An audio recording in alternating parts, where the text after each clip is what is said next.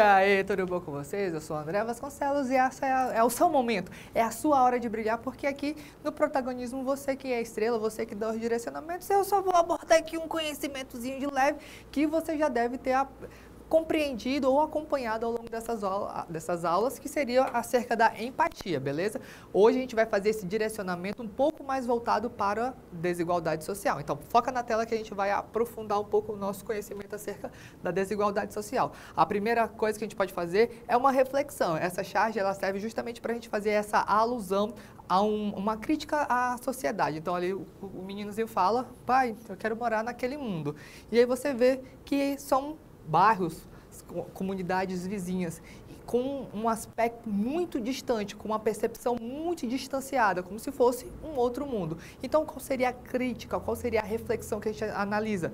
Que a depender de onde você se coloca, existe uma disparidade muito grande. E aqui, no caso da abordagem acerca da empatia, seria ter esse olhar em relação ao outro, se colocando no lugar dele. Quais seriam as experiências, quais seriam as vivências, quais seriam os direcionamentos que acabariam cometendo essa pessoa a ter esse tipo de conduta, esse tipo de vivência. Então, é essa reflexão que a gente faz inicialmente para poder problematizar esse ponto da empatia relacionada à desigualdade social, beleza? Compreendido isso, a gente vai buscar entender as perspectivas diferentes, né?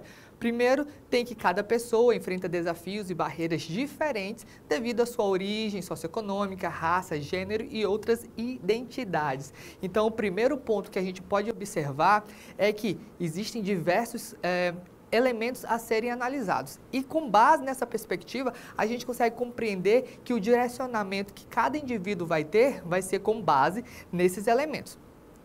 Nós, quando a gente faz essa perspectiva de empatia, de se colocar no lugar do outro, é entender que a conduta do outro vai depender das circunstâncias em que ela se insere, que ela está vivenciando. Então, é essa análise, é essa perspectiva que a gente já tem que botar em viga para poder observar direitinho, tranquilo? Então, voltando aqui, a gente tem os pontos diversos, né, de vistas diferentes.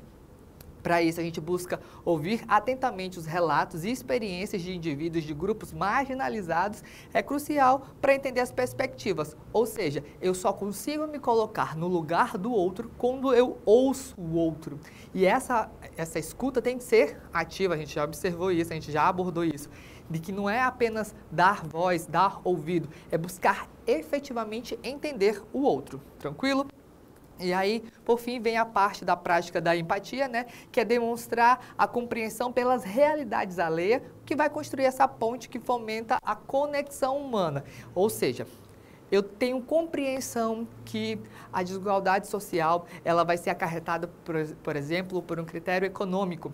E esse critério econômico, ele aumenta e distancia os indivíduos. E a partir daí, em que eu consigo observar o que foi que fomentou, o que foi que direcionou para que isso acontecesse, se foi casos de corrupção, se foi um desvio de verbas, se é uma indiferença com determinado grupo social. Então, são critérios que a gente começa a observar e se colocando no lugar do outro, quais seriam os limitantes? A partir do momento em que eu sou marginalizado, ou seja, eu sou colocado à margem da sociedade, eu sou extinguido, né? Sou rejeitado e renegado, a forma para eu ter acesso a determinado segmento vai ser muito mais dificultosa. Então, me colocar no lugar do outro permite compreender quais são os desafios que o outro enfrenta e eu, de forma protagonista, posso buscar criar ações que mitiguem essa situação.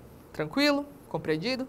Analisado? A gente avança porque a gente consegue entender e aí a gente vai e aborda os desafios da desigualdade. Ó. Acesso desigual a oportunidades, que são grupos historicamente marginalizados, têm menos chances de obter emprego, educação e cuidados de saúde e qualidade de vida. Essa é uma questão que a gente observa muito, por exemplo, em caso de cotas, que é uma busca por tentar reparar historicamente essa segregação, esse preconceito que grupos raciais negros sofriam justamente que limitaram o acesso a conhecimento, informação, oportunidades, e essa é uma abordagem que busca minimizar essas mazelas, tranquilo? Então, é esse tipo de compreensão que a gente busca superar. Então, esse seria um dos desafios. Outro seria o de discriminação e preconceito, que pessoas sofrem tratamentos injustos e estigmatização devido a características como raça, gênero e classe social. Nós já abordamos o aspecto da estigmatização, que seria a caracterização de determinado indivíduo, determinado grupo, por algum atributo que possa, de forma redundante, generalizar determinado segmento, o que não é efetivamente correto. Esse preconceito, que é essa informação superficial, de forma estigmatizada, né, que diminui e inferioriza o outro, seria uma dessas abordagens que a gente consegue observar. A empatia vai vir nessa vontade de vou me colocar no lugar do outro e buscar superar essas situações. Tranquilo? Avançando mais um pouquinho, a gente tem aqui o ciclo da pobreza, que é a falta de recursos e oportunidades que perpetua a pobreza e a geração de gerações e gerações, assim como a concentração de poder, que o poder e a riqueza estão altamente concentrados em mãos de poucos, excluindo a maioria. É aquela música.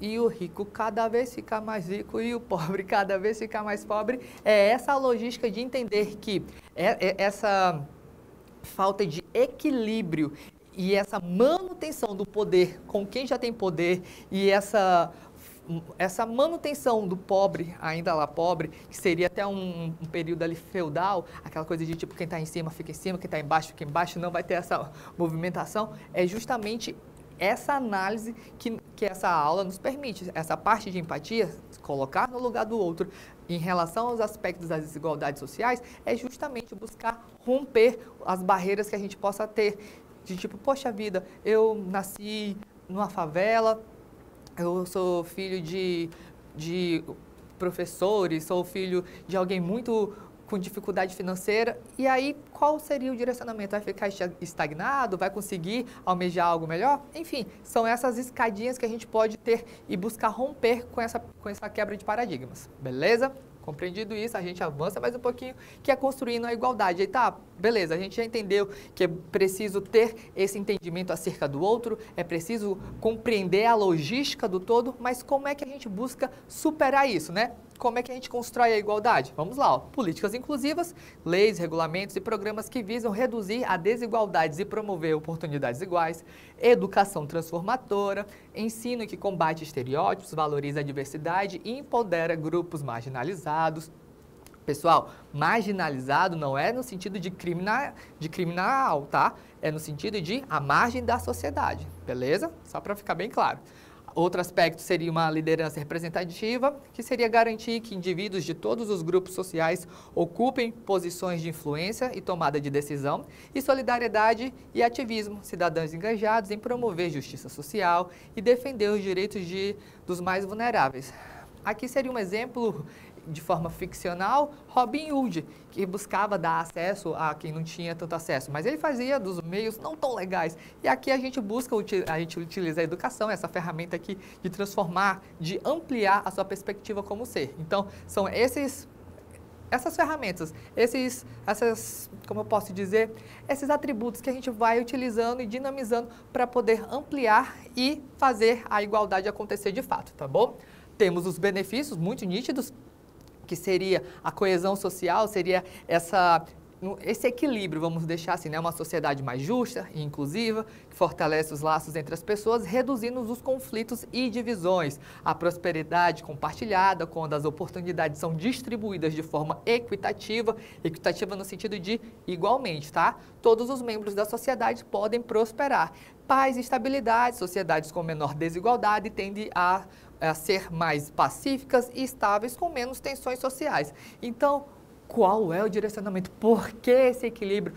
Por que dinamizar essa situação de eu me colocar no lugar do outro, romper com as barreiras da desigualdade social? Porque quando se existe essa dinâmica, há uma limitação do indivíduo, há uma estagnação de uma sociedade. E estimular de forma protagonista que você rompa essas barreiras é possibilitar ao universo uma gama de possibilidades em que você é o autor principal. A gente dá uma pausa, respira um pouquinho e volta para dar uma finalizada nessa aula.